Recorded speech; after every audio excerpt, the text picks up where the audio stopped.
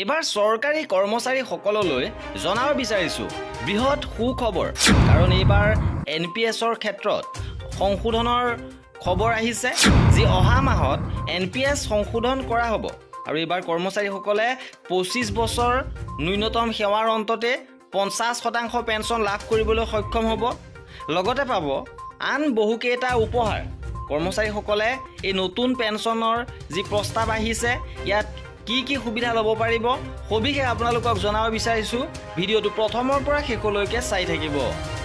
এবাৰ NMOPSৰ ৰাষ্ট্ৰীয় অধ্যক্ষ ডক্টৰ মনজিত সিং পেটেলে টুইটাৰৰ জৰিয়তে জনাইছে যে কৰ্মচাৰীসকলে অহা মাহত NPSৰ নতুন গেজেট লাভ কৰিব আৰু NPS সংশোধন কৰা হ'ব OPSৰ সমপৰ্যায়লৈ নিয়া হ'ব ইয়াত কৰ্মচাৰীসকলে 50% নিশ্চিত পেঞ্চনৰ লগতে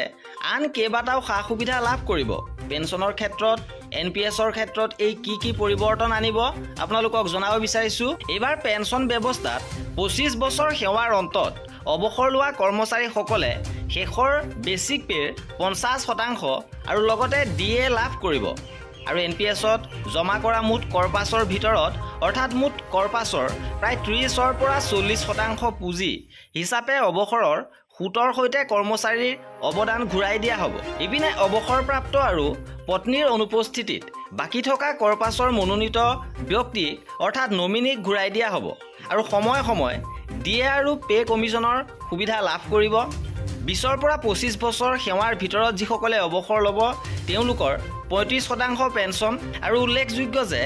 10,000 বেচিক প্লাছ DA অৰ্থাৎ 20 বছৰ সেৱাৰ পূৰ্বে অৱসৰ লোৱাৰ সময়ত প্ৰায় 15,000 টকা পেঞ্চন লাভ কৰিব মনজিত সিং পেটেলে টুইটাৰৰ জৰিয়তে এই কথা জনাইছে আৰু এমাহৰ পিছতে গেজেট অহাৰ সম্ভাৱনা আছে আৰু এই আছিল আজিৰ ভিডিঅ'টোত কৰ্মচাৰীসকলৰ এনে ধৰণৰ খা খবৰৰ বাবে আমাৰ চেনেলটো ছাবস্ক্ৰাইব কৰি ৰাখিব ভিডিঅ'টো শেষলৈকে চোৱাৰ বাবে বহুত ধন্যবাদ